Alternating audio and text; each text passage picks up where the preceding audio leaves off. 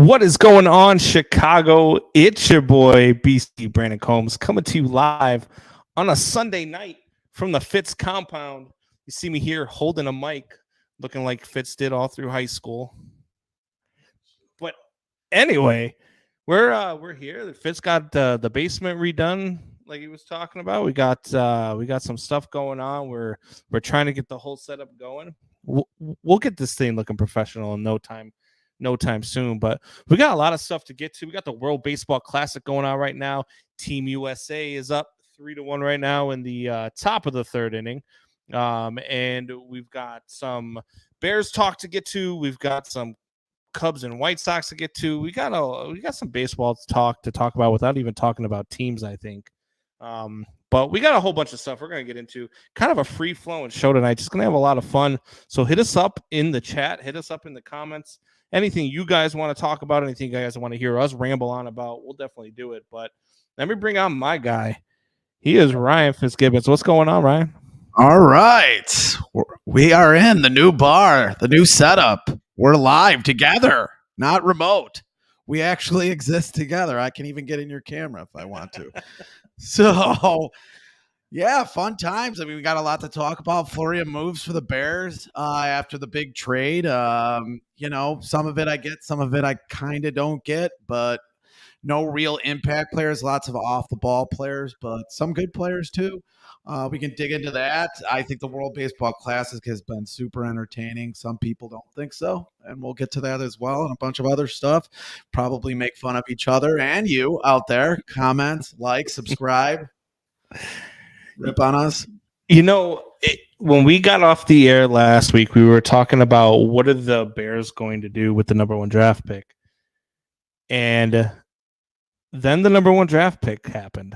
They trade the number one draft pick to the Carolina Panthers. They get DJ Moore, an exciting young player, 25 years old, would lead the Bears in every receiving statistical category at the age of 25. And in 4 draft picks. It just, to me, I like it. It's actually grown on me. The more that I've looked into it, and then the more moves that they made, right? Going out and getting the offensive guard. I can't remember the name off the top of my head. The guard. Yeah. Yeah, I can't. I can't think of his name off the top of my head, which is we'll look pretty it up. typical. We'll have the production staff look it up. Going and getting 2 linebackers for $6 million less than you would have gotten Roquan Smith for. And they're going to put up just as much production. And a lot of Bears fans over the years have been saying that Edmonds is the linebacker that they should have taken over Roquan Smith anyway.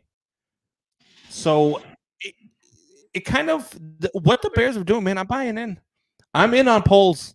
Yeah, I mean, TJ Edwards, Tremaine Edmonds. I heard from a Buffalo Bills fan, though, that Tremaine Edmonds is trash. I don't see that. Like I always said about Roquan Smith, that he could be almost Brian Urlacher if he was 4 or 5 inches taller. Well, Tremaine Edmonds is 4 or 5 inches taller than Roquan Smith. Roquan Smith around 6 feet. Tremaine Edmonds 6'4", 6'5", they're saying. Does better in coverage, although this guy is a Buffalo Bills fan. I mean, this guy even has a mullet. He jumps on tables like all these Buffalo Bills fans. He said he's trash, but I kind of don't believe it. I think he's really developing into a good player from what I hear and what I see. If he's got a mullet, he's got to be a reputable. He's a guy that's definitely a Bills fan. He probably jumps through a table every Sunday morning in his garage. That's probably what's going on. But fans are, and no offense to whoever this Bills fan is, fans are stupid. Let's be real. 90, well, not even 90. Let's go. I'll go 65% of fans don't really understand the sport, and 85 to 90% of fans, when they lose a player, are like, he was trash anyway. You know what I mean? Exactly. Like they don't. They're not like looking at it like, we got this shiny. Maybe. Just like Roquan Smith needed to change the scenery because he didn't fit into this defense. Maybe the same can be said for Tremaine Edmonds, right? Maybe the same thing can be said for any player that the Bears are going to go after and the Bears are going to bring in. But man, I'm and seeing Fields and the wide receiving core at the Bulls game. Like, it just made me feel good. Like, when was the last time we saw that from a Bears team? Top 3 wide receivers are what, 25, 26 or younger? I mean, when does that ever happen for the Bears? I mean, talk about it. I mean, we usually get guys like Muhsin Muhammad, who's already 29, 30, not good anymore. We always end up getting the receivers that have already done their best work. And now they come to the Bears and they can't really run anymore. They can kind of catch, and they're like a leader. When you start calling a guy a leader, he's usually not in his prime anymore. Like, oh, he's a leader. He's a great leader in the locker room. But we can go through some. Nate Davis was the guard that we forgot the name of. He got a 2-year deal. Tremaine Edmonds. We can go through some of the other ones. DeMarcus Walker from Tennessee. Yep. Pretty good defensive end. He can, from what I hear, he can play tackle as well. TJ Edwards, we already mentioned. Yeah. Really good players. Played better. Was not even was he even drafted? I'm not sure he was even drafted. I don't think he was. Yeah, exactly. And then you got Philip Walker, QB, another QB, backup QB. Yep. Travis Homer, I don't know much about this guy. I think he's going to be a 3rd or 4th string, maybe special teams player. 1 year for $2 million. The one I really like is Deontay Foreman. Yeah. That was a solid running back pickup to take up for what you're losing with 32 Montgomery. David Montgomery. What you're getting with David Montgomery going to Detroit? 18 mil, 3 years. Yeah. So I mean, that's a lot of money for him, I think. But he does a lot of things well. Are we going to be in town stupid now? Would you rather have seen them go and get a high price running back though, like Saquon Barkley or Ezekiel Elliott, guys that you're going to pay that much money to be a running back? That, let's just face it, maybe Deontay Foreman doesn't put up 1,600 yards like those guys do, but he might be just as productive in your offense, because you don't need a guy who's going to run for 1,600 yards in this offense. Yeah, 1 year, $3 million. Plus, he's a big boy, and he has a little bit more suddenness, a little bit more burst than David Montgomery had. Yeah. David Montgomery he would get through the line, and he had to break a lot of tackles for a lot of bad lines while he was here, and I really liked him as a player. But after that second level, there was no burst. By the way, if you see us looking over, we are watching the World Baseball Classic right now. 3-1 USA. They were just doing the wave in the state, dude. This world, we're gonna get to this in a little bit, but this World Baseball Classic has been absolutely a baseball lover like myself and yourself. Yeah, it's been a dream to watch this stuff because the players are into it, the fans are into it. It's been fun, and we're gonna get to all the naysayers like Keith Moron Olbermann in a little while. But yeah, it's been fun to watch. But the Bears are, I believe in what Poles is doing. I believe that Ryan Poles is the guy moving forward. When was the last time we said that about a GM? Never. I mean, Jerry Angelo, I've never thought he was a future, but Jerry Angelo wasn't bad. But you don't have any, right now, I don't have any fear that they're going to screw up the draft. No, I don't have any fear of that either. Would you let me ask you a question? Do you want to see wide receiver at 9, or do you want to see offensive lineman at number 9? That's tough. I almost want to see a defensive lineman, but I mean, if you're already going down this road where you got DJ Moore, a guy can take the top off of defense, you got another guy in Mooney who can do that. You need them to run more intricate routes than just like a slant pattern. Because if you've got Jackson Smith and Jigba available at 9, or Quentin Johnston available at 9, don't you have to go get the guy? Because look, you had a guy. You want to be the Detroit Lions of the early 2000s. No. I want to have that. I want to have that core. I want to have that depth in that core, right? Because look, Chase Claypool might have been that guy who we gave a bad rap to too quickly because he couldn't understand the offense. Maybe we just didn't understand how complex the offense might have been. Yeah. Maybe we didn't understand that he was coming in the middle of a season trying to fit in on a team where he didn't really understand where he fit in just yet, right? So maybe he develops into that number 2 guy, because I said Chase Claypool hasn't been good since he's had to be the number 1 guy in Pittsburgh, right? Well, now he no longer has to be the number 1 guy again, right? So maybe that elevates his game, right? But if you've got Njigba or Quentin Johnston at number 2, why can't you bring those guys in? Why can't you do what they're doing? Because Doubting Thomas says, Combs said Quentin Johnston, everyone take a shot. All right. Here's it at. Yes. Look, it's not just Johnston, but I'm talking about Njigba too. If one of those 2 guys are available at 9, do you want to see that, or do you want to see a kid like the kid out of Georgia, whose name always escapes me, who might fall to you at 9? The defensive end, the 3 technique. I can't ever remember his name. Carter, Jalen Carter. Yeah. So if you want to go get Jalen Carter at number 9, I don't feel like that's a good spot to go get him, because of all the stuff that he just went through. Yeah. You remember when the Bears passed on Randy Moss? Do you remember that, Trav? I'd like not to. Okay. So they passed on Randy Moss. Do you remember why they passed on Randy Moss? I don't remember. So it was character.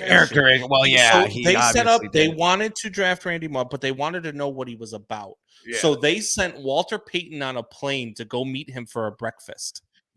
Walter Payton sitting at the restaurant waiting a half hour, 45 minutes, hour.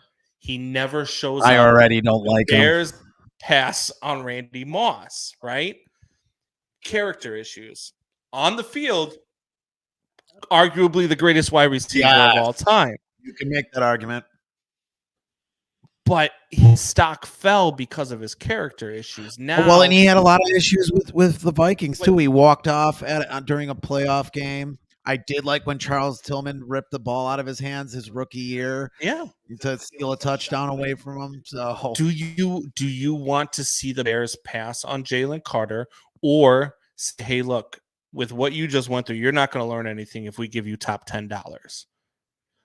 Maybe the Bears trade out of the top 10 and then go and get him. I don't think you're teaching this guy anything valuable by saying, you know what, we know you screwed up, but here anyway, because you're good on the field. Now, how does that play in your locker room? The next guy, the next team is going to take him. That's what you might have to play against this beast. But he did go to the combine 20 pounds overweight. That's on top of it. Exactly. Is this this guy does not seem focused or committed on his career. So maybe you let him go. Maybe he falls back to you in the second round. That's why, to me, I think if Njigba or Quentin Johnston or any of these guys are available, I would go wide receiver there, or the tackle from Northwestern, Skronowski, or the who's the tackle from Ohio State. You can go. I was thinking the tackle from Ohio State because he's a mountain of a man. And he's Ohio State, and he played with Justin Fields. Yeah, you know what I mean. So I don't know. I'm kind of befuddled with it, because the other thing too is if you don't go wide receiver here, next year's number 1 pick comes from Carolina. They're still not going to be very good this year. It still might be another top 10 pick for you from Carolina, and next year, Marvin Harrison Jr. will be available. Yeah, he's a something. So maybe you get through. I thought he was going to come out this year. And draft Marvin Harrison Jr. next year. And praise not like his dad. Well, that was after everything. Let's pray that he is his dad. Yeah, on the field, let's pray that he's his dad. Yeah, I mean, I would rather them get I think they're lining themselves up so they get that number one wide receiver if they want to next year, and they have 2 first-round picks to do it. I think this year they have to do something like either Jalen Carter, if that's what they're going to do, or an offensive tackle. Whether that be the Ohio State guy, who I'm trying to look for his name because I forgot about it, or Skronowski from Northwestern. I don't think you go bad there. I mean, I think you got 2 guys that should be pretty good. The only thing about the guy from Northwestern is they're trying to push him into maybe being a guard or a right tackle, and I don't want that. I want a true left tackle, even though I heard recently that there really isn't a lot of true left tackles that exist anywhere. Right. You know what I mean? So that's why with Ryan Poles, I don't think there's a possibility he can screw this up. I really don't. I mean, maybe he takes another tight end out of Notre Dame or something. But I mean, other than that, no matter where he goes, if he goes offensive line, if he goes wide receiver, as USA scores again to go up 4-1, they got the bases loaded with 1 out. But if you go anywhere, you might not be extremely overjoyed about the pick, but you're not going to be upset about it. Yeah, it's hard to be upset with a first-round pick with the talent that's in this draft, at least what I'm being told, or what I'm reading about. But the talent in this draft, I don't know if you can't get mad about a first-round pick. People get mad about first-round picks. Like when they got Kyle Long, everyone was pissed off, and then he's an all-pro for like 4 or 5 years. So you don't know what the guy's going to develop into. You can't really judge a draft until like 2 or 3 years down the line, unless you take Mitch Trubisky over Patrick Mahomes and Deshaun Watson. Then you can make a judge on that draft 6 months out from it, because those guys were. I said Quentin Johnston again. Last job, I gotta get another one. Help me. You sweet son of a bitch. Help me. Who is that? Robin Ventura? Yeah, that looks like Robin Ventura. That's exactly how he was through his entire managerial career. Could be Tony La Russa too. Yeah, could be. The way that DeRosa almost blew it yesterday could be Mark DeRosa. Could be Mark DeRosa. I mean, why do you keep that pitcher in so long? First of all, you take Lynn out, and I know Lynn gave up the long home run. But you texted me right after that too. Yeah, because you knew what I was gonna say. Yeah, exactly. Yeah. But you take Lynn out, and I think that he's not used Lynn well. I mean, you have Lynn go against Canada and instead of Mexico. He's obviously probably their best starting pitcher on that team. There's not a better one. God, I hope Mexico beats Japan tomorrow. If we're playing in the finals, I'd rather play Mexico than Japan. Really? They pasted us last time. But anyway, so then you don't bring Lynn in until the 3rd game. Yeah. So now he's somewhat gassed. So now he has to wait a couple games, and now he's gassed again. If there is a championship game, is he even available? Right. Yeah. And that's the problem with me. And then he starts rolling in that game. He gives up the 2-run home run. It happens in the first inning to pitchers. Then he starts rolling, goes through 3 innings. They take him out. He didn't even have that many pitches. He had like 55 pitches, but maybe they have a count on him. I don't know. Yeah. And again, guys, we're having a pretty loose show tonight. We're rebranding the show loose. For those of you that don't know. We are kind of going away from the Man Hour Chicago. We are going to be Combs and Fitz, Windy City Sports Talk. Yes. We are, what is it? Honest, insane, and profane. And I'll add in unapologetic. Unapologetic. There you go. That's another good one. Unapologetic, because fuck you guys. And, you guys. That's just how we are. So for any of you guys that want to chime in, anything that you guys want to hear us talk about, we're willing to talk about it as TA. My favorite player on Team USA to watch right now is Tim Anderson. Even though he is a White Sox, I look. And he's Tim a bit Anderson, of a wild swinger. One of the best players in Major League Baseball, period. So I like him a lot. So, but Doubting Thomas, if you're still in there, man, you want to chime in, feel free to chime in. You said we got to take a shot. Anybody wants to join us on the show, how about we share the link? We let them come on and talk with us. You want to do that tonight? Who? Anybody. Anybody. Anybody who wants to come on. How about I share the link in the chat? If you guys disagree with something we're saying, feel free to hop in. I'll bring you on. We're not afraid to Yeah, we'll argue with bring you on. anybody. You'll be backstage anyway. So if you're like, Just I don't know, murdering children, we won't let you on. just come in But with if you're a thick regular skin. person, Just come in with thick skin because we're Yeah. not going to take it easy on you. have a drink, kick back, relax. It's a Sunday night. The World Baseball Classic is on. Come on. Oh God. But anyway, yeah, I mean, if we're gonna stay, maybe we stick with the World Baseball Classic. We can always go back to the Bears if we want. I mean, it's just been exciting. There's been like 9 to 10 exciting games. Yeah. That have been played already in this World Baseball Classic. Yeah. And not a lot of, I mean, people are going to the stadiums. Yeah, they're excited, but not a lot of people are watching. I talked to a couple of friends who are like, I went to a bar, I wanted to watch it, and it wasn't even on because, you know, you got March Madness going on right now. Yeah. This is the thing why baseball is so fucked up. I know. Because they should be in the Olympics and you should be playing this. Maybe you're playing just college players or whatever. That's what they used to do in the Olympics. So they should be playing this in the middle of the summer or whatever. It shouldn't be during March Madness. Yeah, but okay, so I would be okay with that, right? You would be okay with that until we're in the middle of a pennant race. You're looking good, and Tim Anderson tears his ACL in the World Baseball Classic. Right?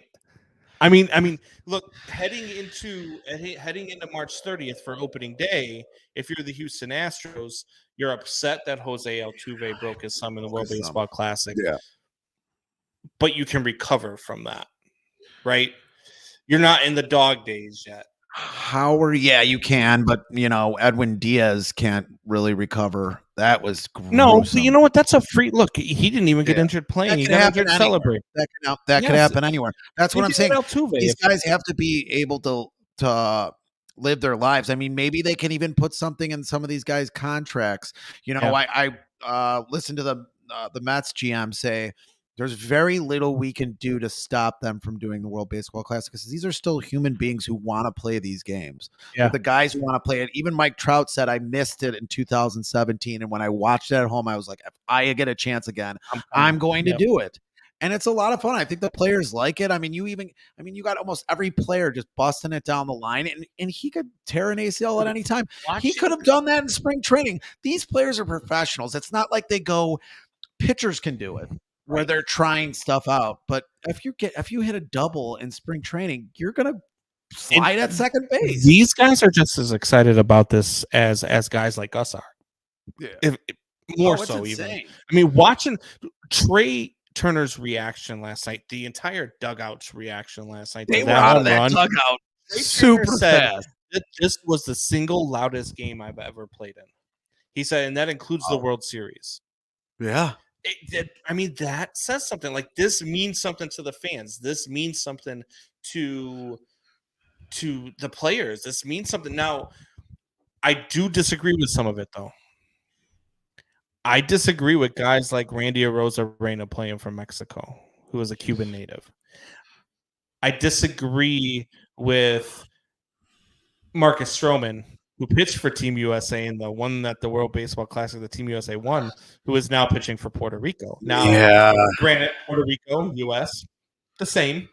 Pretty much. It's US territory, right? You know what I mean? So I get it. But you shouldn't be able to play just like the Olympics, right? I couldn't play for Team USA this go around and play for Team Mexico next go around. Because I decided I wanted to play for Mexico? Yeah. I mean, haven't players done that before? But they really even weren't. They didn't have like a green card for that country. They weren't a citizen, but they played for those teams. Yeah, I think it was A-Rod. Didn't he play in 2017 for Mexico or wherever his lineage, Dominican Republic? And there was a big, It wasn't 2017. It was, I think it was 2013 or 2010, something like that.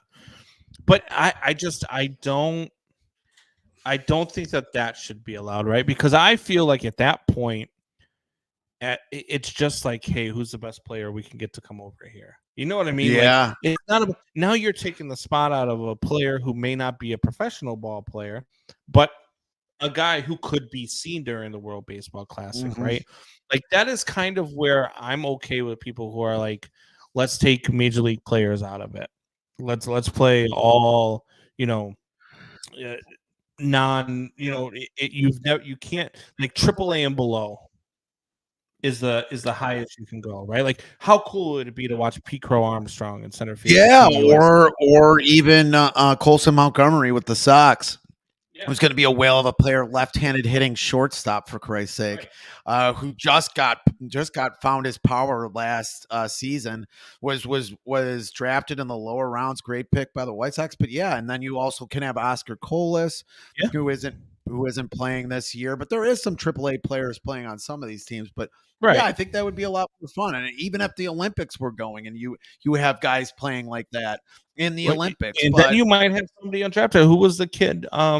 Which where was he from? Was it Venezuela? One of the countries. The pitcher came out and he struck out 3 major league ball players in a row. He got a contract the next day. really? Yeah, That's awesome. Yeah, because some of these guys are single A or were in yeah, single A or in double A now, especially yeah. the Great Britain game where they just kind of like made up a uniform the day before. Right. It's kind of like us making up a new show the day before. No. But Great Britain, yeah, their uniforms were terrible. Yeah. But they had a lot of guys that were in single A and double A, and they were talking about like trying to, make baseball more known in Great Britain and trying to bring that league around and that country around to, I mean, they play cricket a lot, so it's not that big of a switch, I guess. But I just, I think it does spread baseball around the world. I don't know why baseball just gave up on marketing this game, this great game globally, because there are countries that are nuts for it. Like, look at Japan, man. It's insane. Uh, and that was actually a country that wouldn't cheer that much or wouldn't celebrate that much Yeah. for baseball games. Now, in the last 15 years, they're starting to. The game has to market itself because guys like Rob Manfred and we'll get to maybe Theo Epstein again are doing exactly what casual fans want instead of what real fans want, or making a better product on the field and Right. marketing it well. I mean, like Verlander said, like we're not responsible for marketing the league. You're still blacking out games. You just came around to putting highlights on social media. It took you like 8 years. I mean, basketball was doing it for years before baseball. The only American sport, well, and it's not even really an American sport, I guess you say that's run like probably a lot worse than baseball. The only one is hockey. I mean, Gary Bettman is an idiot. Yeah, but you know what? When I'm watching commercials, even locally, I see NHL players in those commercials. I see different things. I have a ton of fun going to hockey games because when you go to a hockey game, they do things to entertain you while you're there, right? Like during the breaks, they have different things up on the video board. They do this, they do that. Baseball does just a terrible job of marketing. And by the way, guys, any of you guys out there they're listening to us right now, if you are live with us, the link is in the chat. So if you go into the chat, whichever platform you're watching us, if you're watching on the Facebook page, if you're watching on YouTube, I just shared the link. Feel free to join us. We'll talk. We'll talk about anything you guys want to talk about. But look, Team USA. I mean, did Yao Ming, just to stick with your point, did Yao Ming have to market himself at all? They say that Mike Trout doesn't have a lot of a personality, so that's why he's not marketable. Right. Or, a lot of the Asian players that come in each row, he wasn't that marketable because he didn't speak really good English. Yao Ming can't really speak English, and he was marketable. He was hawking Nikes and freaking. He's still marketing stuff. Yeah. They had Jordan next to him at a game a few weeks ago or a few months ago. Like basketball just does a better. And obviously, the NFL is the crown jewel of marketing players, but I just don't get it. You have Steve Stone trying to market the league on Twitter, like doing his best shot because he has to see a failure within baseball of this with, oh yeah, I love the new rules. He obviously doesn't Right. either, but he's still trying to market on Twitter the game like this is what the game is about. Like the face value of, like, my brother was sitting right where you were sitting last night. We were having a couple of drinks, and he was saying at the NFL, like, it's so much more entertaining than baseball. How could you say that? I said, I totally disagree with you. First of all, an NFL game, there's more on the line every week. So if you're telling me if it's a 4-game series against Cleveland in July and the Sox are 5 games out of first place, that's more important to me than a Bears, Bears game halfway through the season. Like, you have to take a 10-game stretch to compare it to the NFL, don't you? Right. Baseball to the NFL. Like, baseball is just, it has 162 games. I think those types of people have a problem with associating their love for that sport compared to their love for the other sport, right? Because when you start looking at the numbers, it is that's a great point. You were saying this the other day. Yeah. It is 3 hours and 17 minutes for the average football game, NFL football game. It is 3 hours and 11 minutes for the average Major League Baseball game. There is an average of 17 minutes of action in an NFL game. There is an average of 27 and a half minutes of action in a baseball game. So there was actually more entertainment value out of a baseball game, but people just don't love baseball the way they love football. Maybe it's because there's not enough contact. Maybe it's because the season is so long. Like, I've been in favor of a lot of rule changes, right? Like, there are some things. Like, I would love to see an automated strike zone. I was watching that game last night. Absolutely, like. It's insane to watch. And then you watch a guy like Angel Hernandez call the World Baseball Classic game the other day too, and I saw the spray chart after, and oh my God, like he is the worst umpire in the world. Yeah, he is absolutely. Like, who was the guy that looked like a bratwurst? Bruce Fleming was absolutely terrible. Was an ump for way too long. Joe West.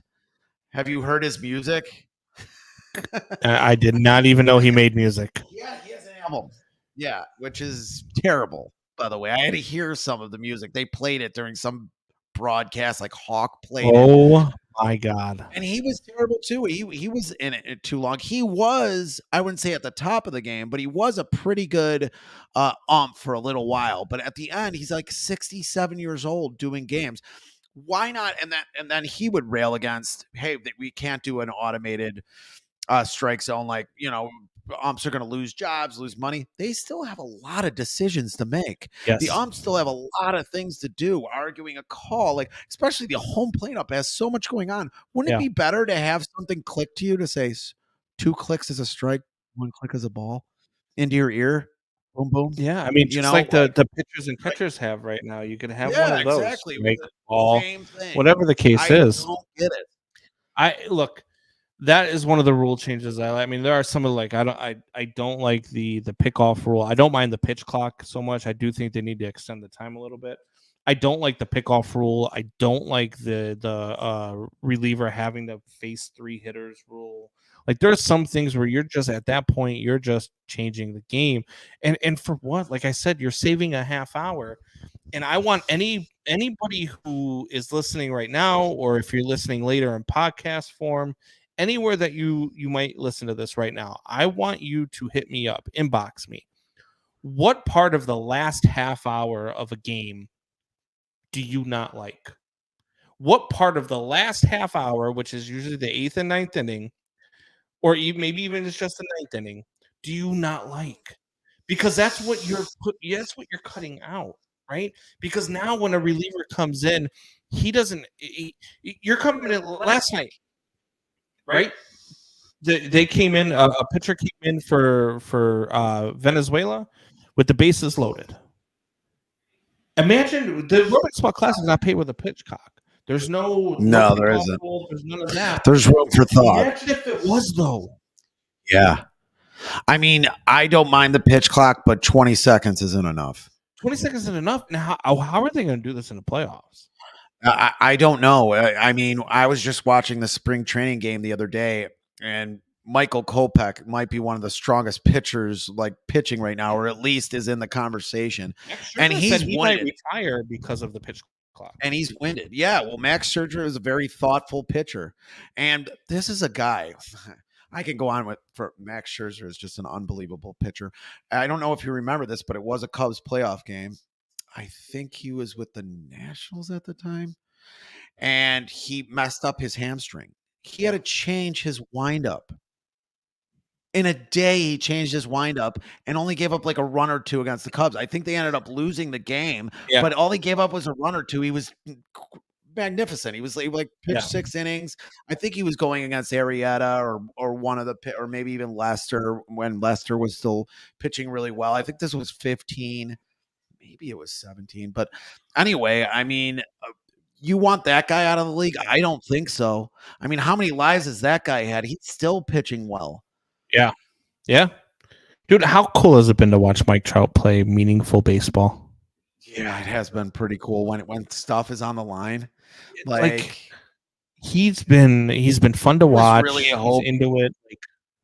I was really hoping an organization that wasn't a fucking dumpster fire was going to pick him up when he signed his deal. He wanted to sign there though. Yeah, I know he doesn't. He doesn't want to be in the spotlight. He doesn't want to be in New York. He doesn't want to be in Chicago. And I mean, I think to me personally, half of it is because he has that thyroid condition where he is allowed to take HGH. For those of you that don't know, Mike Trout is allowed. He is permitted by Major League Baseball to take HGH because he has a thyroid condition. Yeah, but that's different. That's an acute form of HGH. It's not like you could take prednisone. You could take prednisone, it's still the which same is a steroid. That Barry Bonds from getting in. You could take prednisone, but you could take prednisone, which is a steroid, but it's not going to make you better at baseball or anything physical. HGH doesn't make you better at baseball. HGH does not allow you to pick up a curveball or pick up a slider or it increases your testosterone levels, which does affect your muscle twitch fibers. That makes you react to a ball a little bit faster. It does. Do I think they should be able to take it? Do I think they should be able to take it? Absolutely. I've already said that on the show, especially for injuries. The fact that they are not allowed to take steroids or at least HGH for injuries, it's malpractice. Yeah. I mean, that we could talk about that. I got a little in my pocket for after the show if you want to do something. But for football players, you're basically saying that 99% of football players, we're going to get you addicted to painkillers because there's not one football player that can go on that field regularly without some kind of painkillers. And what if pot can be a substitute of that? What if pot was legal the last 50 years? Would there be a hydro pot cone? You know, like they have hydrocodone. How many years did it take for them to distill morphine into hydrocodone? It took like 100 years. What if pot was legal and you could take a pill that was just as good as hydrocodone, but we all know pot really isn't addictive. Right. I mean, you can get mentally addicted to it where you're doing it every day, Brandon. But no. But no, I'm saying, do not. You have players, and not only that is it helps them with the brain side of things too, like with getting over the injury as well. Because man, rehabbing an injury for a year, can you imagine that? Yeah, like I've had a rehab a few injuries, broke my hand, cut my arm. Like it's restless, especially for somebody who's an athlete. It's got to be even worse. You're watching the World Baseball Classic too much. I can't look away. I mean, they're in the 4th inning. You're up 5-1. It's basically turning into a simulcast. 5-1 US. This is what we're doing. So Cuba team too, man. It is. It's a really good Cuban team. But US. Can you defect? Well, to your point, can you defect from a country and then play for the Cuba team? I mean, even Jose Abreu, who's not playing on this team. I don't think he would. He had to eat his own passport and then wash it down with a Corona. For some reason, he could not have his passport when he landed in the U.S. Have you heard this story? No. Yeah, he had to eat his passport. And have you ever seen a passport? Yeah. Like they have like that hard, like glossy plastic on it, and like you really have to. Why didn't you just shove it into the freaking? I don't know. Maybe he wasn't. Maybe he was nervous and he wasn't thinking about it. Or Orlando Hernandez, El Duque. He got to the shores of Florida, and the boat captain was like, "Look, I'm not taking you. I'm scared that we're gonna get caught. I'm not taking you." Was he floating in a tire? Was he what? Was he floating in a tire? No, it was a bunch of tires. Who was that? Was that with what's his name? Alien Gonzalez or something like that? Who was the kid that was in the ocean? Like 20 years ago. Yeah. Are we relitigating the Alien Gonzalez case? No. We can if you want. I think Janet Reno did a great job. But no, anyway, like he gets to the shore and El Duque's a pretty big guy, strong guy. He's like, you're either going to take me there or you're going to be in trouble with me. And the guy took him there. I don't know the exact words. I would like to look up the exact words. He told a story at Sox Fest one time, and then Jose Abreu told his story, and Jose Abreu actually had a bad half a year because he hadn't seen his family for like 2 or 3 years. Ryan, Doubting Thomas comes in and he says they Moncada in the 2-hole and Robert in the 3-hole. Moncada's batting 400 in the series. Doubting Thomas. Why don't you look up a stat? You're on your phone commenting on my from Nolan Arenado. Yeah. Hey, Doubting Thomas, look, the link is in the chat if you want to come on and join us and rip Ryan a new one live on That's the air. all you want. Great. You don't care about anything else. You don't even want to talk about sports. You just want to see me fall on my face. That's the whole image for the show. He says he's hiding behind his computer. Hide. So there was a hockey player yesterday who refused to play because they were playing in their LGBTQ. I have to read the Stanford hate words. No. You didn't walk into my house. You came into it. Yep. You entered it. No, anyway. Yeah. I mean, how many man hours was he working that day? I mean, people hours. I mean, hours. No, yeah. No, we talked about the story before the show. So James Reimer, the Sharks goalie, for those of you that don't know, declines to wear the Pride jersey. He won't take part in pregame warm-up Saturday night, saying the team's decision to wear excuse me, let me get it up here. The team's decision to wear Pride-themed jerseys in support of the LGBTQ community runs counter to his religious beliefs. Reimer said in a statement Saturday that he made the decision based on his Christian beliefs, which is another conversation we could have. Dumb. Adding that he always strived to treat everyone with respect. Dumb. And that members of the LGBTQ community should be welcome in hockey. In this specific instance, I'm choosing not to endorse something that is counter to my personal convictions, which are based on the Bible, the highest authority in life. So, I've got take him to the back of the barn. I've got a specific view on religion, which is my own, which I will mostly keep to myself. I mean, look, there's, believing in God and believing in religion, I think, are just two different things. I think religion is just anybody can believe in somewhat of a religion or whatever. They can make up a religion. Yeah. I mean, look, if you go, it's funny to me that when you go into a church, you hear people chanting the same thing at the same time with their hands in the air, right? But then when they see people that are doing it on something that they don't necessarily believe in, they call it a cult. Right? You get what I'm saying? Like to me, religion is one of those things where I believe it's a big money grab. It is, and it's a way for pedophiles to hide. Oh, it definitely is. I mean, if you see some of the, if you see some of the documentaries that have come out about it, about like these priests actually being predators, Right. you know, oh, you didn't have a dad. Right. Oh, you're Yeah, a yeah, com yeah. kid. Like that's why I've See, you know, it- where my wife is like leery about my kid. I'm like, he's too loud. They're never Yeah. gonna go after him. Right. He's too loud. He's too There's- crazy. That's why they never see- came after me, even though I was pretty good looking for a little boy. The funny thing is, you went after them.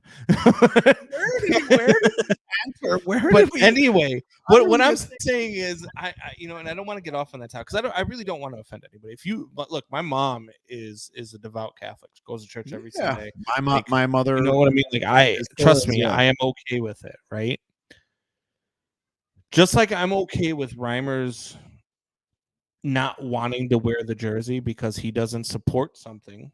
I believe that that's his right. Just like I believe it's the right of anybody, any activist out there, as long as they are not harming anybody, to go out there and protest. Exactly. No, I do agree with that.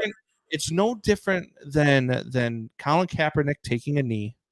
It's no different than, which is another one we can get into. I get all the time that people come at me about Colin Kaepernick. Oh, I can't believe that you were okay with Colin Kaepernick taking a knee as a Marine.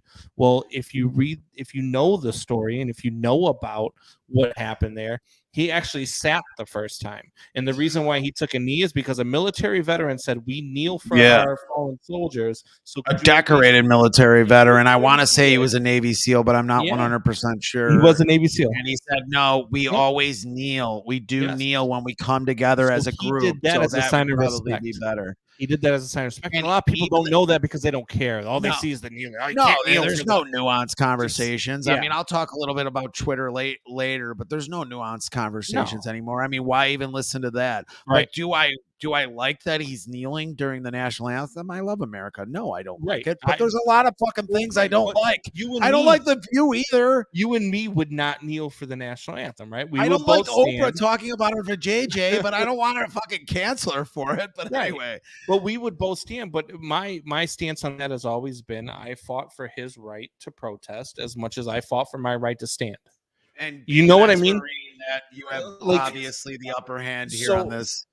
So that's why I'm okay. But same reason here. Just like I have friends in the LGBTQ community. I have people that I am close with that are in that community, right? Yeah. I've played softball with some of these guys. Like I've played at a competitive level with some of these guys or girls.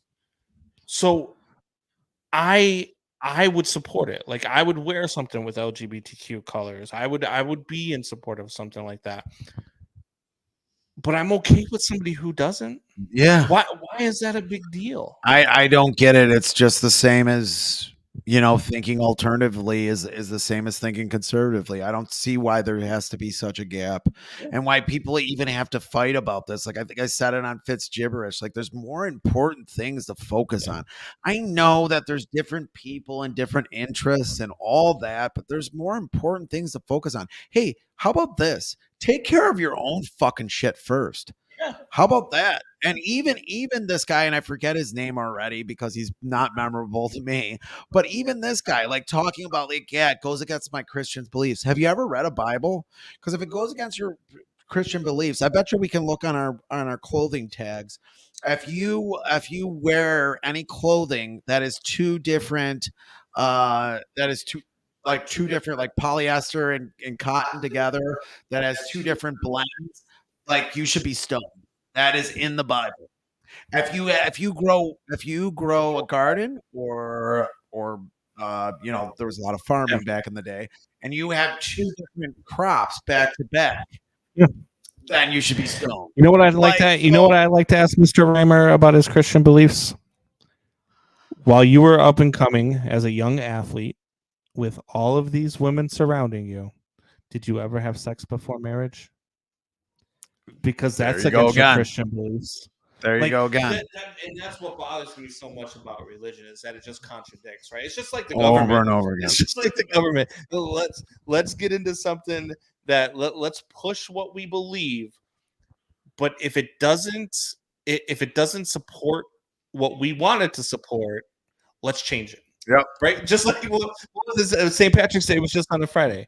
I saw a story on it in New Hampshire that the bishop in New Hampshire said that Irish Catholics are allowed to eat meat on that Friday because it's a holiday. So God only matters during Lent if there's no holiday that falls on a Friday. That's the thing. Like, that's why for me, religion and God to me are two separate things, right? You can believe in God and not believe in religion, or you can believe in both, or you or can, need that community that you do get from religion. I understand that. Like, I totally understand that. Like when my son was born, we got with a Reformed church. It's really nice people in Munster. The church that they built in Munster was not that very church, but the very first church in Munster was built by Civil War veterans. So like I really liked it. We, we go there every once in a while, but we don't go there a lot. But it's not like it mattered to them either, that you can come in and out. I mean, yeah, there's a difference between religion. It was very like what I liked about it more than being a Catholic, because I was raised a Catholic, was that there wasn't any pressure on you at all. It's like, just come in or go, or come anytime you want. You know what I mean? The person that explained it the best was my guy Fitz, because he said, all right, he said one time in a rap, he said 50-cent drink. He said, my mom always told me that everything that happens is a part of God's plan. That's why at night when I talk to him, I got my gun in my hand. Right? And when you think about that, you're like, huh. Yeah. You know, like, if everything's a part of God's plan, and that's when I changed, because I went to a Catholic school from kindergarten to 8th grade. And my mom, like I said, is a devout Catholic. She goes to church every week. Yeah, my mom is too.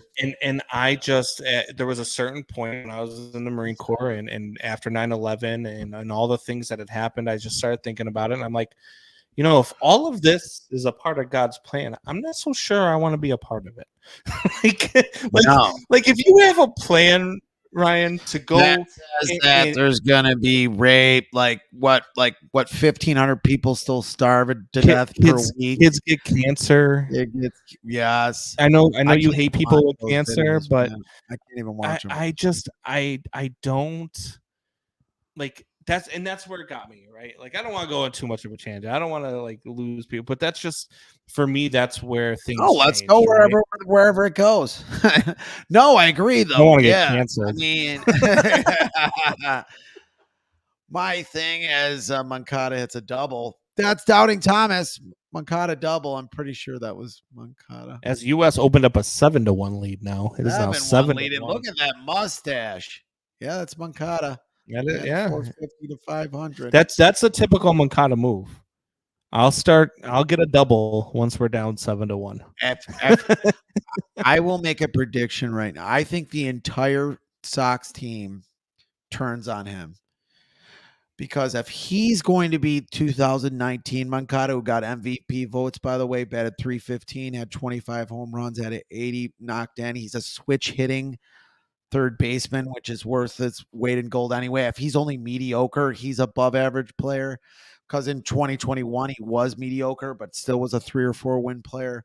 If he's good, if he's what he is in 2019, the Sox are winning 95 games at least. I mean, it'd be hard for me to believe. And they stay relatively well. I don't even. This guy is a key right here. Oh well, can he stay healthy?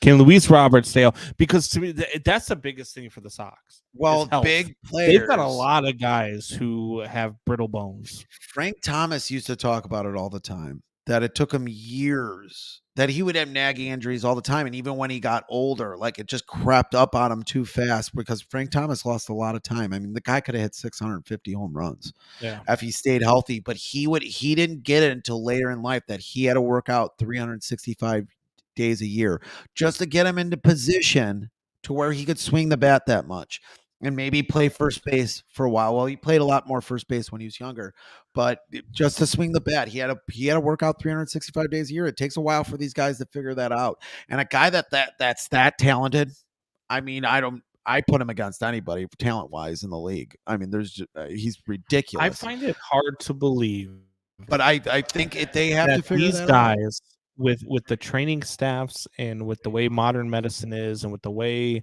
trainers are in this day and age, that they don't have a training regimen while they're off to keep them in. I think they were sort of hands off the last 2 years for obvious reasons. You have a fucking vampire running your team, but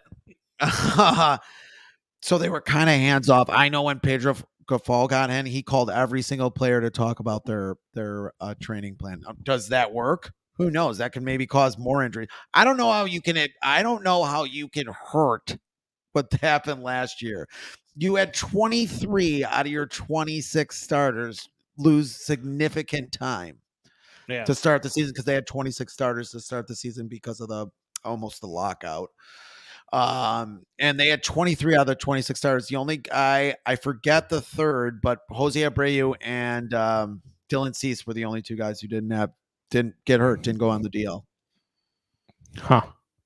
Yeah, I mean, to have 23 guys be out, and even their second stringers were getting out. Adam Engel got hurt. Danny Mendick blew out his ACL when he was looking like he was going to be an okay second baseman. Like, it kept happening. Jake Berger got hurt, who was backing up Moncada. It was like... That's another thing in baseball is a change. Not to change the subject, but I was just watching. Luis Robert got called out on a third strike swinging, and it was a check swing that I'm not so sure that he went around on, but the home plate umpire called it. It should be automatic. No, first or third base, third base ump or first base ump needs when to it's close. Even when it's not close, at any point where it is a check swing, it should not. The home plate umpire cannot call it. Your job is, how can you be watching the ball and watching the swing at the same time? You've got to watch the ball come across the plate. How are you watching his swing at the same time? It should never be the home plate umpire's decision to make that call, ever. And it drives me nuts because it happens all the time. It is absolutely insane, and that's another thing that needs to change with Major League Baseball. They need to get Rob Manfred out of there. I can't stand that. I think so too. I think so. Not that Bud Selig was some shining star, but he was a little.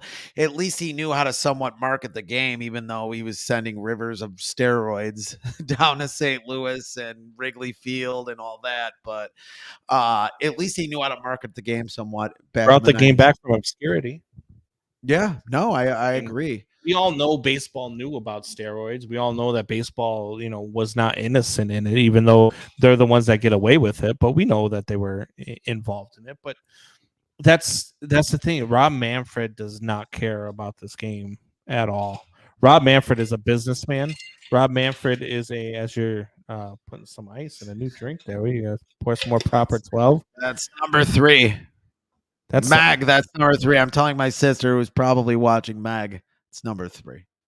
That's my guy's whiskey right there. Yeah, the only thing. Well, is it good? I don't even know if it's okay. Yeah, it was better like 3 or 4 years ago. It's good because that guy will whoop your ass. Yes, that is a scary man. That is a man. We're talking about Conor McGregor. That's Conor McGregor's whiskey. Let's say me and you are in our prime, and we're in a ring with him. I don't know. I don't think we have a chance. If him, you, and me are all in a ring together, I'm pushing you into him, and I'm hopping out of the ring. What are you doing, man? I thought we were on this. We have a game plan right before. I'm all ready to go, and you're pushing me at it. Yeah.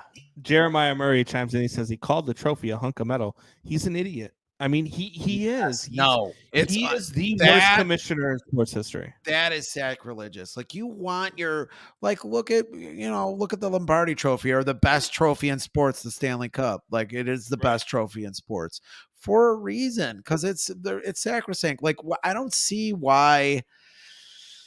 I mean, the guy says some stuff, and then he comes back and, I wasn't really thinking about it. It's like, you are the marketing arm of the game. Number one job. That's your job, is framing the game well. And even in that press conference about when they were changing the rules, he was terrible. He pushes it off on Theo Epstein, who talks like a fucking showrunner for the next great sitcom on NBC.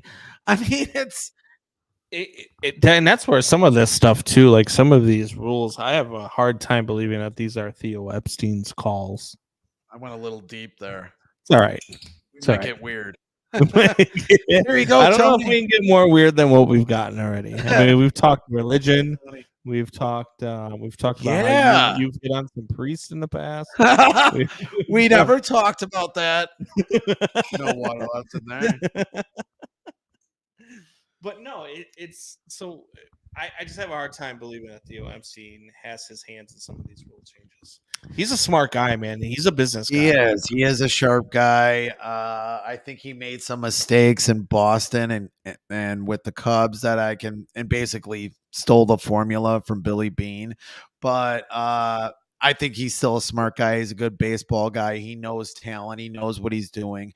He knows how to put procedures in place. Like when I always talk about Jerry Reinsdorf, which I think the Sox do a great job on the pitching side, but it's on the position player side where they haven't innovated in years. They haven't innovated since they drafted Robin Ventura and Frank Thomas. They haven't even tried to innovate.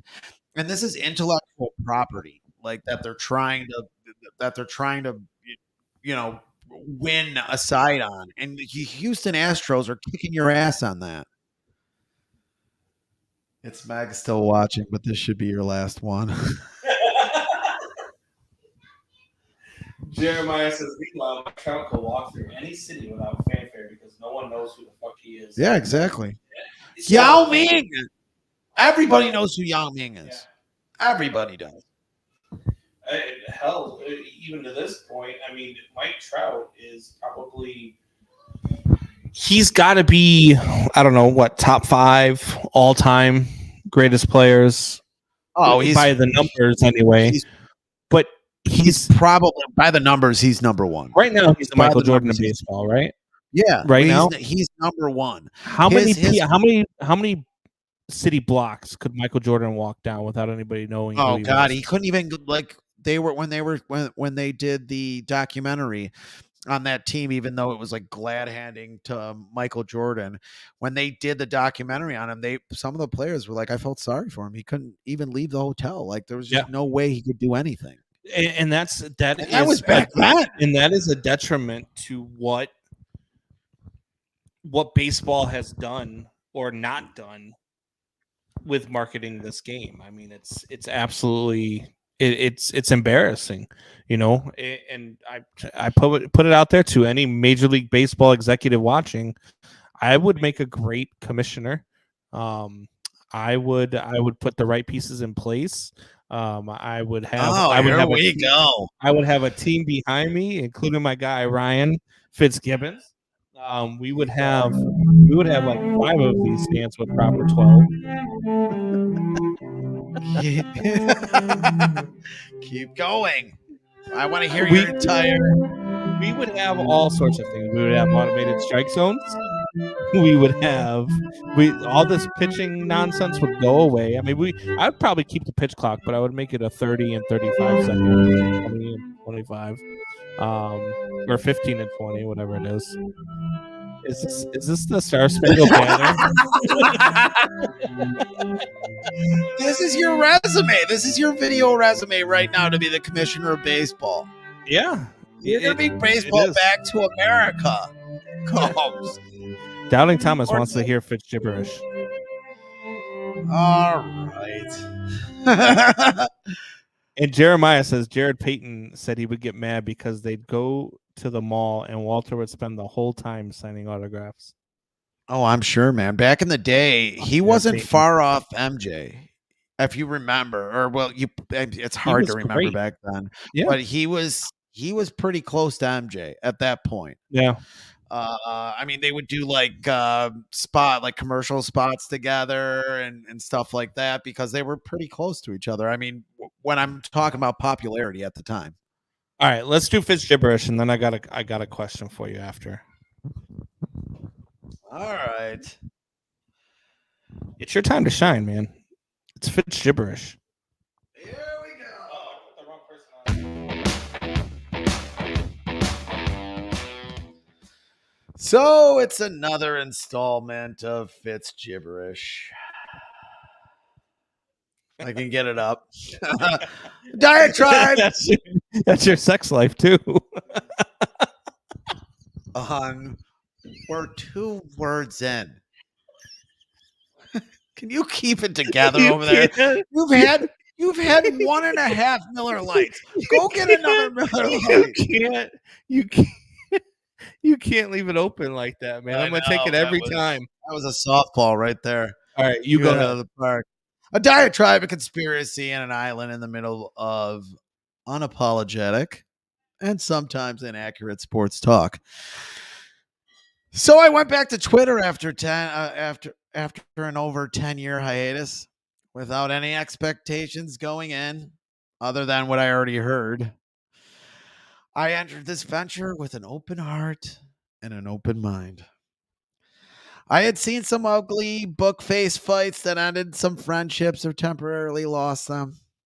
You know those people who are friends one week and not the next on Facebook, and then they go back and forth. Plus, there's also those people who are like, I'm going to delete Facebook, and then they come back and you see them back, and then they have to like refriend you. It's pretty annoying.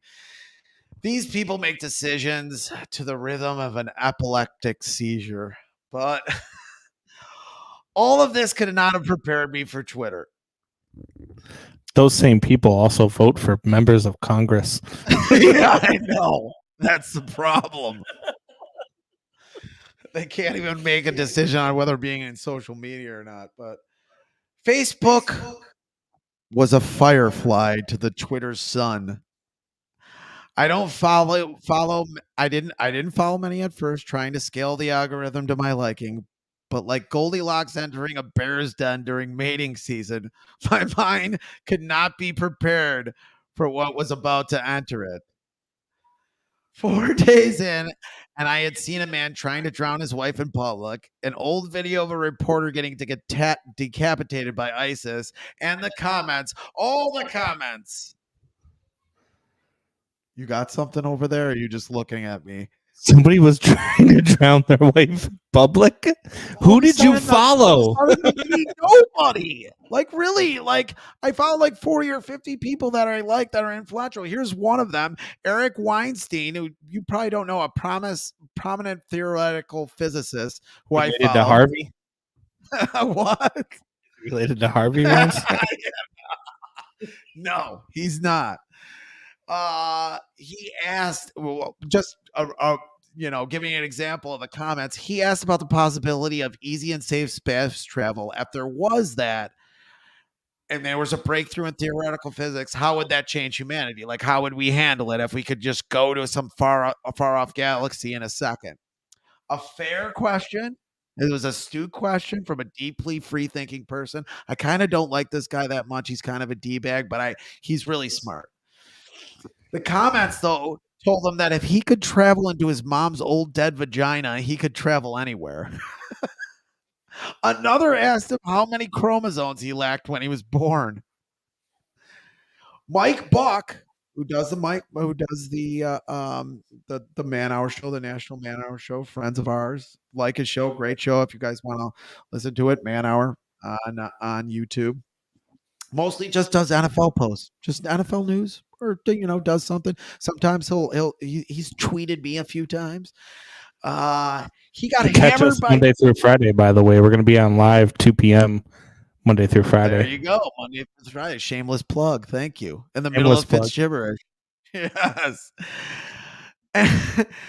And these people aren't even interested in football. The comments, I think they pulled it because I tried to look at his entire Twitter page. I couldn't find it, but they were like talking about like, I don't know, about his mom and like all this other like side stuff. Like, nothing about football. He's just like posting about a player being traded and if it was good or not. Like, it was insane. I think they pulled it because I couldn't find it because I wanted to read it on here. And the years I've been gone, Twitter has become the kid you hang out with when you're young, whose face, hands, and clothes are always dirty. He's the kid who lives in the house where the lawn is never cut. has a first grade reading level and you both just finished 6th. The teachers pass him on fear instead of acumen. But you hang out with him because he's interesting, dangerous, and he's a little popular because of that. He has wild ideas like there's an alien civilization that lives in the middle of the earth, and he smells like cabbage. By the way, if you never knew a kid like that, you are that kid. I'm looking at you. Then one day, because he has zero adult supervision, he shows you his dad's shotgun, and you're not really sure if he'll use it today, but you have a feeling that one day he will. And on human beings, your relationship has turned the corner that will never survive. This all made me think about what else is interesting, popular, and dangerous. The World Baseball Classic, which we're watching right now. Not since Sosa and McGuire were getting steroid treatments usually saved for horses were crowds this rowdy when I was watching. The tension, the excitement, and the interest was palpable. This was the baseball equivalent of young Twitter. Fun for fun's sake. Then a sociopathic brat from down the street who should be cutting his lawn instead of brandishing a shotgun comes along. Edwin Diaz tears the patellar tendon in his right knee during Puerto Rico's celebration following their win over the Dominican Republic. Jose Abreu breaks his thumb, or Jose Altuve, sorry, breaks his thumb. You still thinking about Jose Abreu, aren't you? I can't get him on my head. Motherfucker, man. Fucking Astros. God fucking damn it. Diaz is out for the season, and Altuve, well, who gives a fucking shit about Altuve? He probably deserved it. Now who's going to come in to fix Now who's going to come in to fix the WBC? It's damn sure not going to be someone wearing a uniform, right? They'll probably be wearing a suit and talk. If I can find it. Like this. Action overall. In their desire for faster pace of play, for more athleticism on display in the field and on the bases, for more balls in play, action overall, and for more action overall. So this entire process started with an exhaustive program of fan outreach, surveys, polls, interviews, focus groups. At every turn. Focus groups, I still can't get over it. But is somebody, that's my question to you and to the rest of our fan group, is this is going to be changed, right? This WBC thing. Like there's been a couple injuries, a couple big injuries. The suits are going to come in and they're going to try to fix this thing and they're going to fuck it up. Right now it's dirty and it's crazy and it's fun and it is that kid showing you the shotgun in his backyard. And you are a little scared, but just should be a little scared. It is dangerous. That's life. These guys can walk out of a fucking they can sneeze and hurt their back like Sosa did. Or what did Sale the one year? He jumped off a truck and fucked up his ankle and didn't fucking pitch for a month. Didn't have a spring training and almost fucked up his entire season. Sosa once scratched his eye on a pillow in a hotel. The feather came through the pillow and he scratched his eye. True story. Oh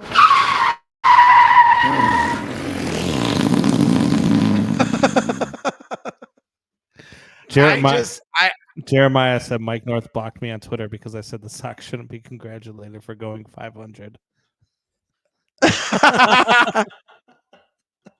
I'd just be happy that Mike North did anything these days. But I mean, it comes back to my point. I mean, that blocking him on Twitter, like just what Twitter's become. And we as people who are quasi sports analysts, we have to deal in Twitter. Like Twitter is our kind of our God. That's where we get our news up to date. Remember, you used to have to wait till the next newspaper day to see who got who in free agency. Now there's people retweeting people. That the Bears got this guy, and you don't get an article until 6 hours later, maybe even the next day now. So we have to wade in this Twitter dumpster fire to go through all this stuff and find something. Like there's people who are anonymous, who get to do whatever the fuck they want now. I mean, it's just, I feel like Twitter definitely turned a corner since I was last on it. And then anything anybody does to fix it just makes it worse.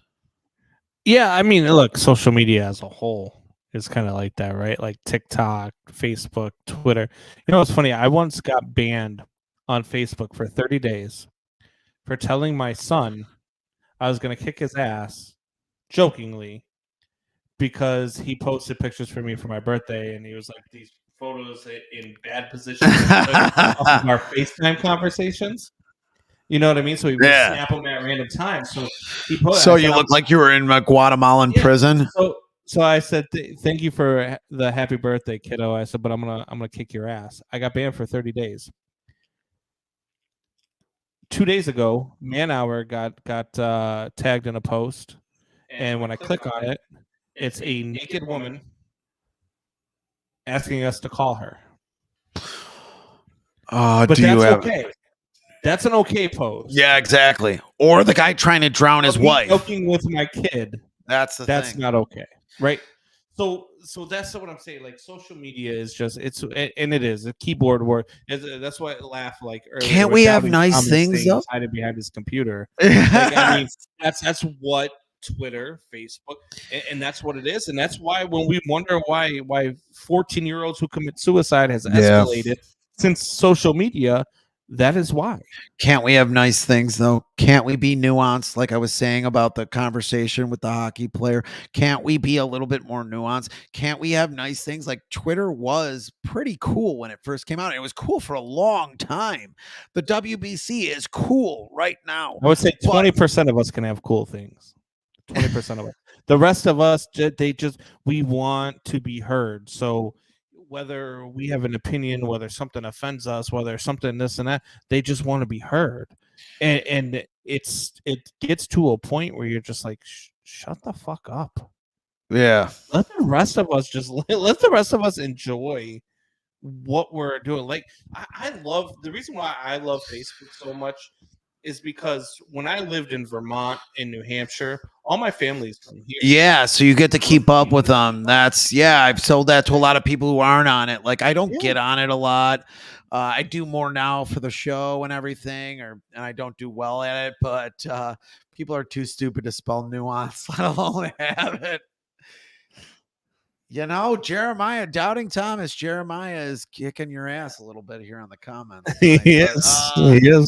He always has the comment of the day, but he does have a good point. Like, there's nothing. I don't know. Why do we have to ruin everything in this country? Like, especially this WBC. What is it going to be? 4, 5, 6 years from now is going to be totally different. Yeah, I think so. I think they're going to implement all the Major League Baseball rules into it. Exactly. It's not going to be as exciting. It's not going to be as thoughtful. It's not going to be as, there's going to be a lot of changes. A lot of players aren't going to be allowed to go. The lawyers and the agents are going to get their hands and their fucking dirty fingers on the game.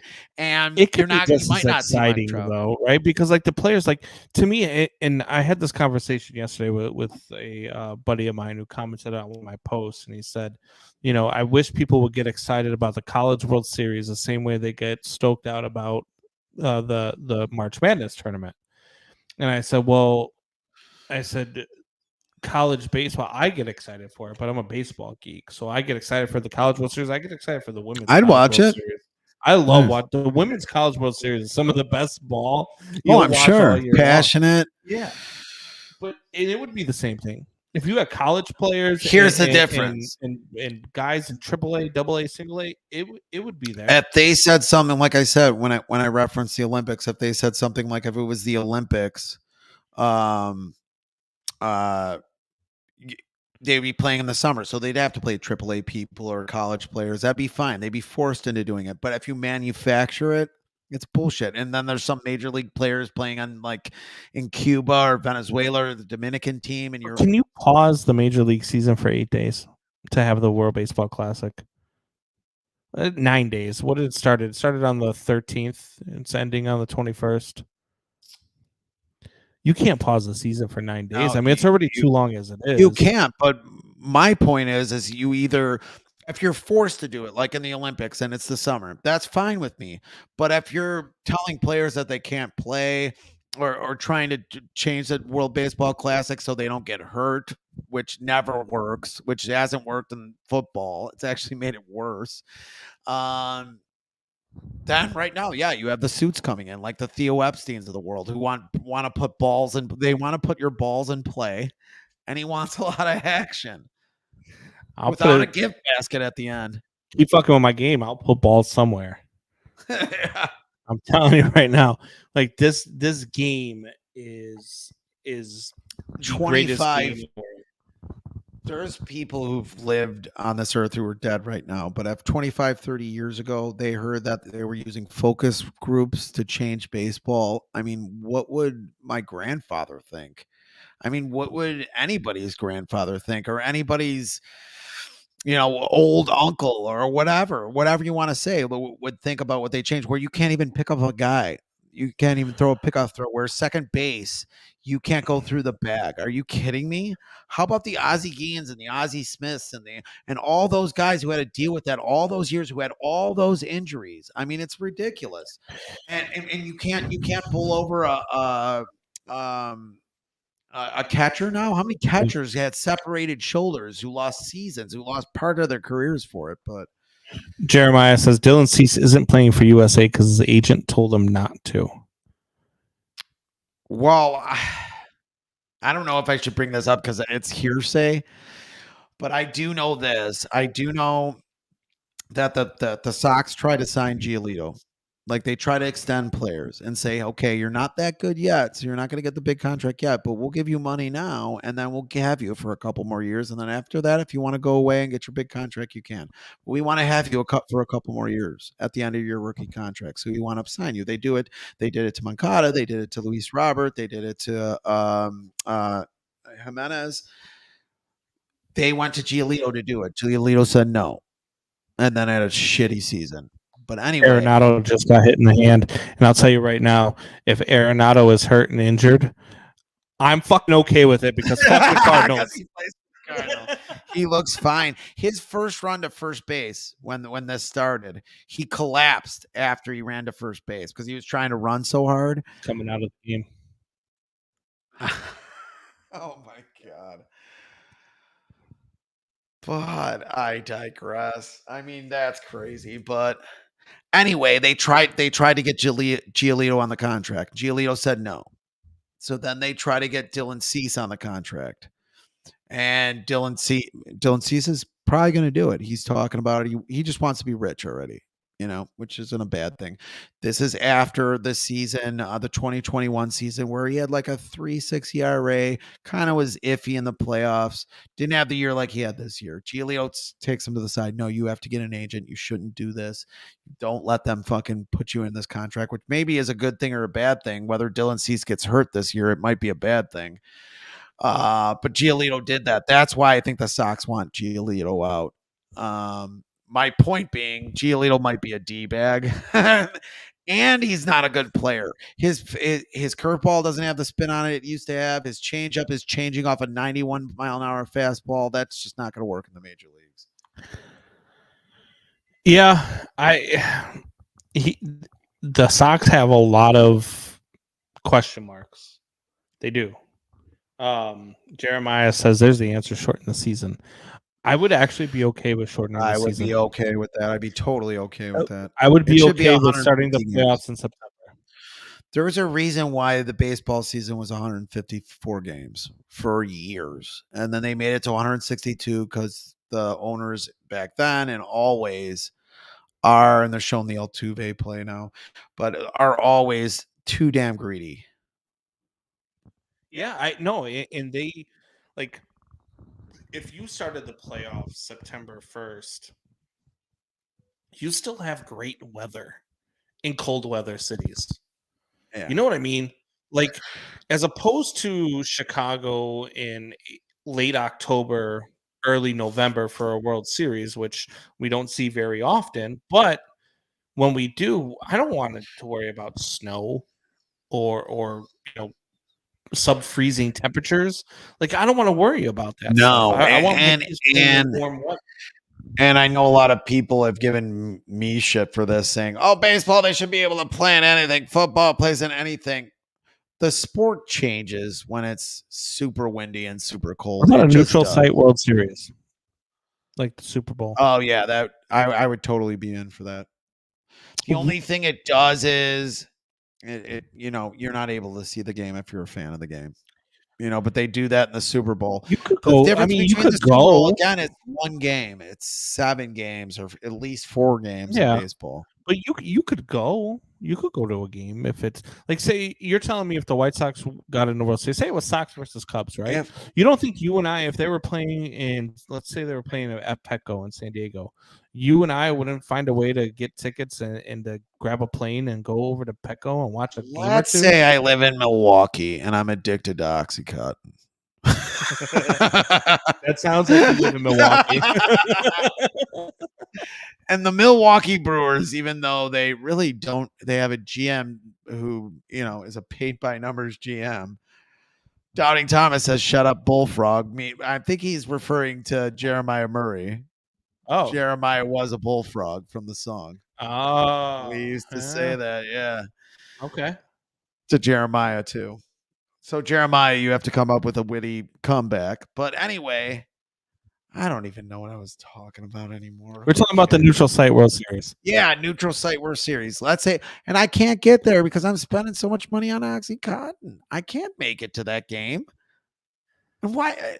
But I feel Are you gonna? good. But if you're spending that much money, are you spending the $700 to go to a local game? Well, if Because you're that's what spending it's that going to money, cost for you to get to a local game anyway. So now no, it's instead of way that- more when they do that neutral site shit. It's way more. If they have it in like New Orleans, those tickets are going to be like 10 grand. Yeah. If there's a World Series at Comiskey, I'm spending 20% of what the cost would be if it's in fucking LA or San Diego. The Cubs up were in the your World ass. Series in 2016.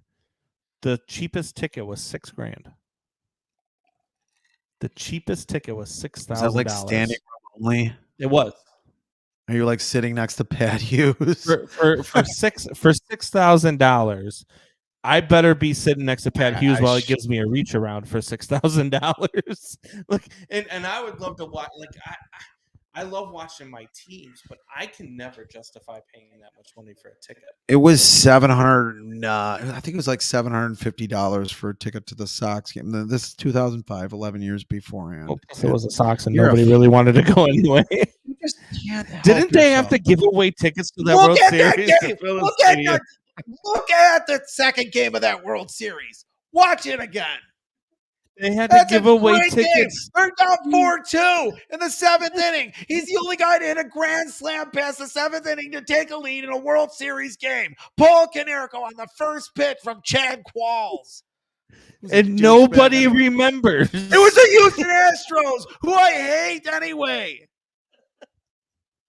Do you hate the Houston Astros because of the scandal? Or do you hate the Houston Astros because they are the team that played you in a World Series that nobody cared about? They have the most.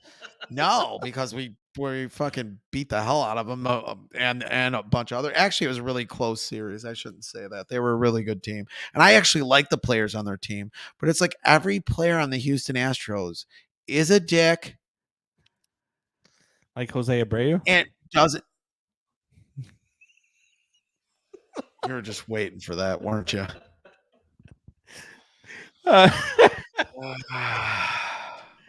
A good a time to stop, I guess, right there. But no, they were unapologetic about what they did too. I think that was the problem. They treat people like shit. That organization does, whether they're good at their job or not. They treat those people like 6'9" the shit out of it. The what? Tekashi 6'9" the shit out of it. Yeah. They turned on everybody so they didn't have to do any time. Exactly. I mean, it's just it's unbelievable. And some of the players are dirty. Their apologies were terrible. There were some relievers who were like in and out of the majors who they fucked over, including a Sox reliever who was the first person to be like, I know they're telegraphing my pitches. I can hear the can being hit, which is like, It's 2019. I don't care And what they're they're hitting using. again. I don't care what they're using to Only a see your baseball signs. player.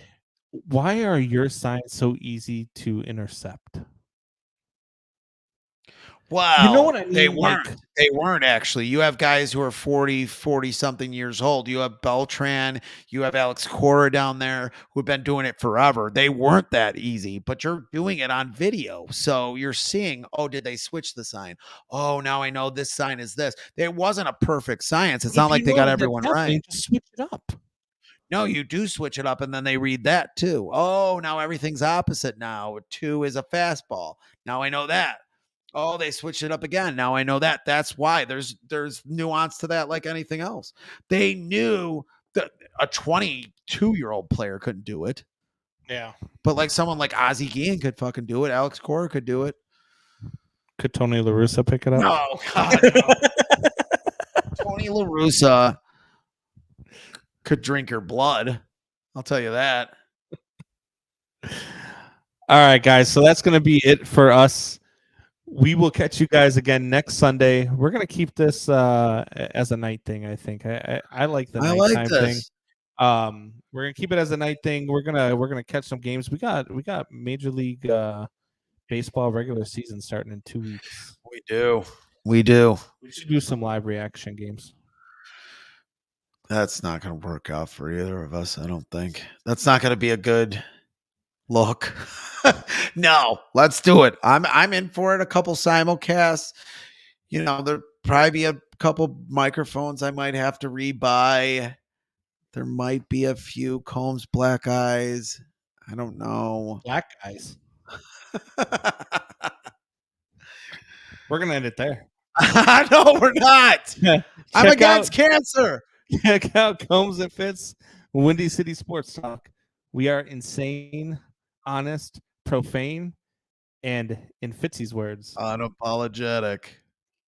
Later, guys.